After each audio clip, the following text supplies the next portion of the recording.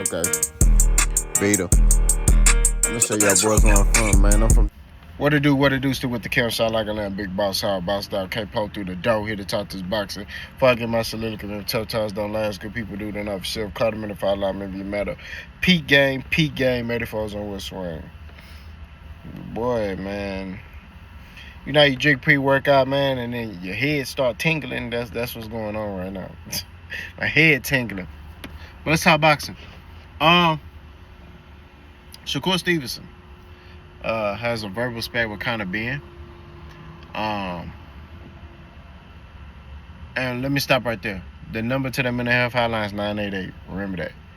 But Shakur Stevenson has a verbal spat with Connor Benn. And they talked about a matchup at 147, right? Now, just got news that Connor Benn versus Chris Eubank Jr., the second fight, is not happening. And I just want to say thank you for whoever, because there was no point for a second fight, in my opinion. You're like, it's stupid. Why have a second fight? It was no point to have. I get if the fight was close. It wasn't a close fight, in my opinion. Chris Eubank outboxed, outclassed Connor Benn. Connor Benn landed some shots. It was cool, but Chris Eubank dominated the fight. And it just showed that weight classes matter for a reason. Now, when it come down to Shakur Stevenson versus Connor Benn, a lot of people feel like Shakur Stevenson will outclass Connor Benn. Look, I'm going to be honest with you. If Shakur Stevenson get in there with Connor Benn, he's getting stopped violently. All right? And I don't even think of Connor Benn being, as a very skillful guy. I'm just sitting here telling you, if Shakur Stevenson get in there with Connor Benn, he's getting stopped violently. Shakur Stevenson's daughter gonna be sitting there saying, "Daddy, he knocked you out." Just like she said, "Daddy, he almost knocked you out" when she was talking about Winsor Pater. She gonna be saying, "Daddy, he knocked you out." Okay? For starters, let's just get straight into it. Why is this even really a topic of discussion? Why are these two dudes going at each other? This is what I be talking about. When Turkey entered into boxing, he's eliminating weight classes, right?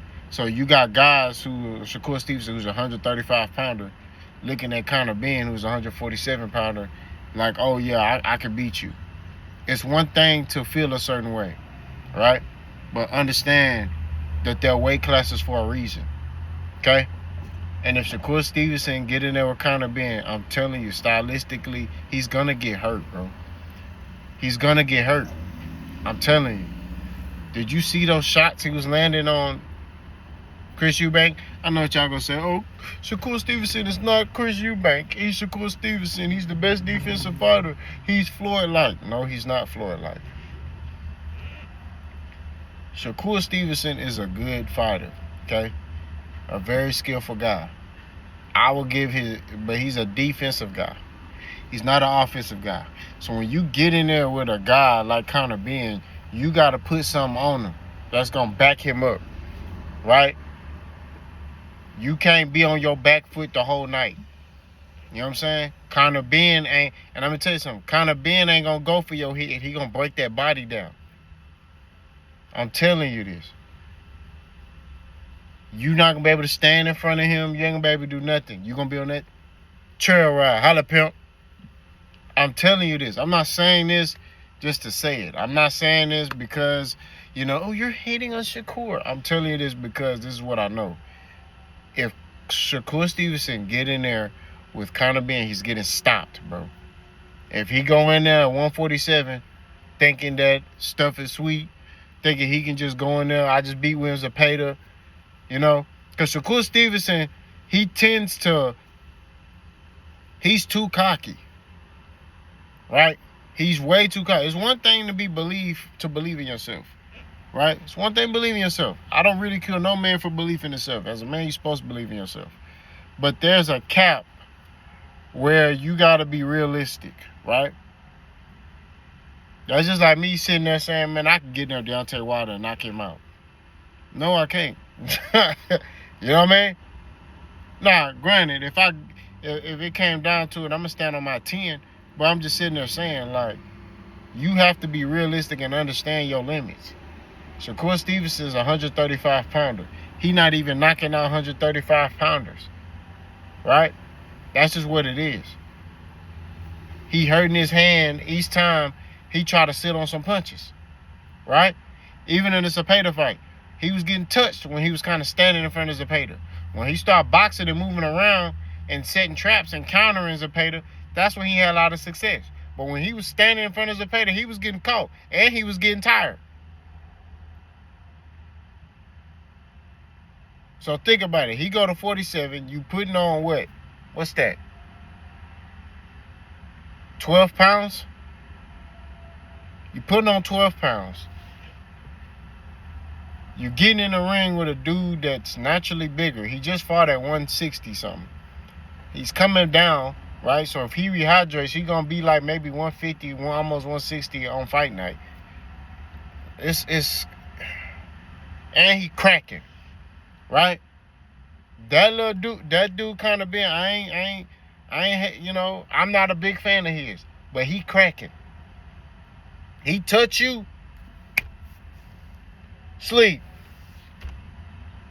I don't care who you sparring in the gym. When them it's different when them gloves are smaller and there's no headgear. But it's a lot of these fights that Turk is trying to push or trying to make, you know, that fans are not asking for. We're not excited to see Shakur Stevenson versus Connor Benn. I want to see Shakur Stevenson and Abdullah Mason, Shakur Stevenson and Floyd Schofield, right? Shakur Stevenson, Keyshawn Davis. Yep, Keyshawn Davis. You know what I mean? Shakur Stevenson, Javante Davis. Honestly, this is how I think the pecking order should be. Shakur should look to unify, right? This will get him that Tank fight.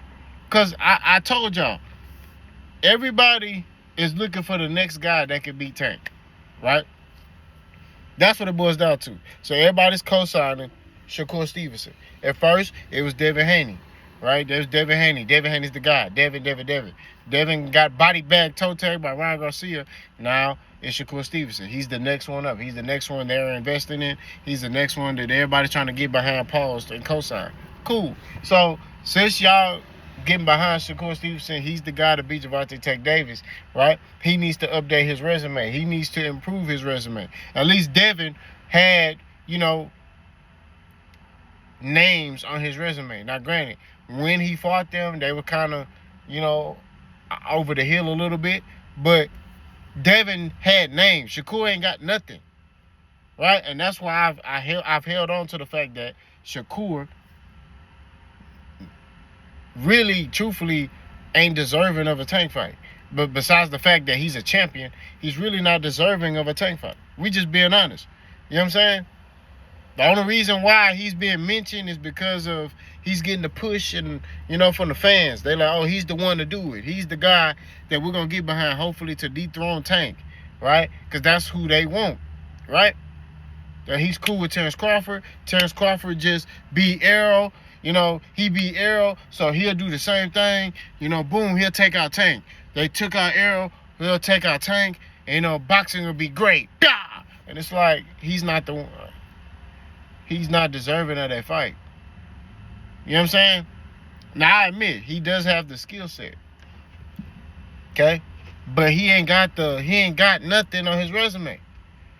Right? So, what Shakur Stevenson should be doing is not worrying about no Connor Benn. What he should be worrying about is Abdullah Mason. If Abdullah Mason becomes a champion at 135, he should be looking to fight Abdullah Mason. Right? That's a fight he should be looking at.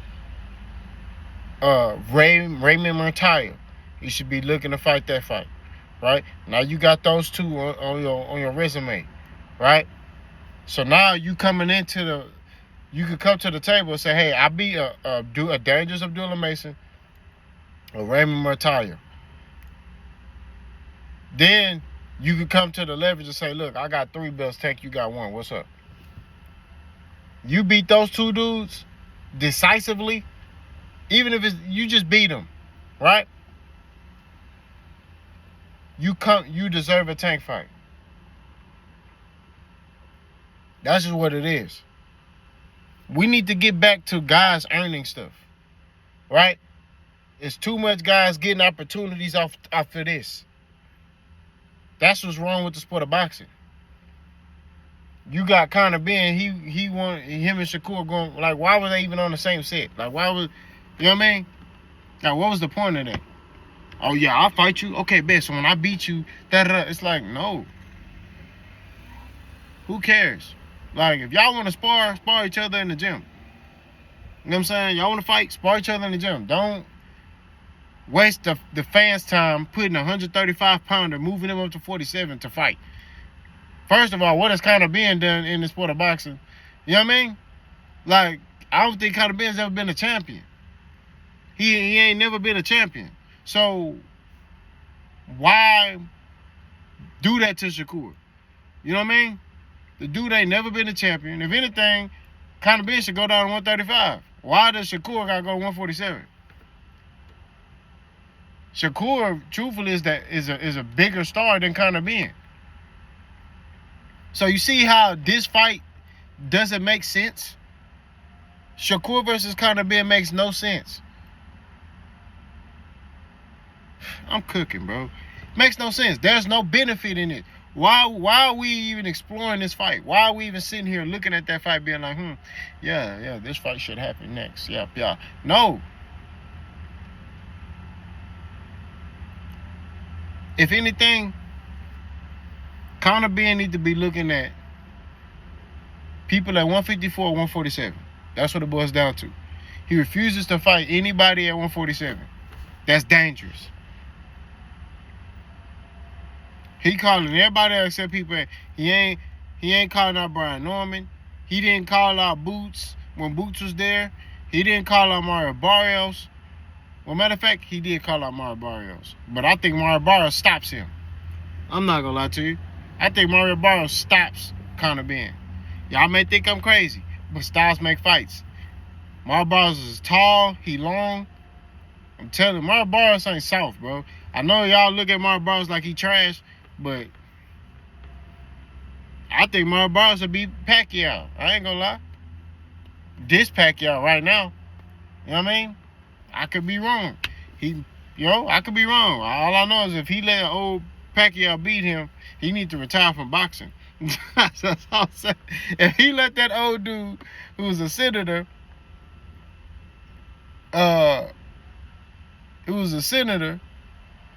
come back into boxing and beat him, he need to retire.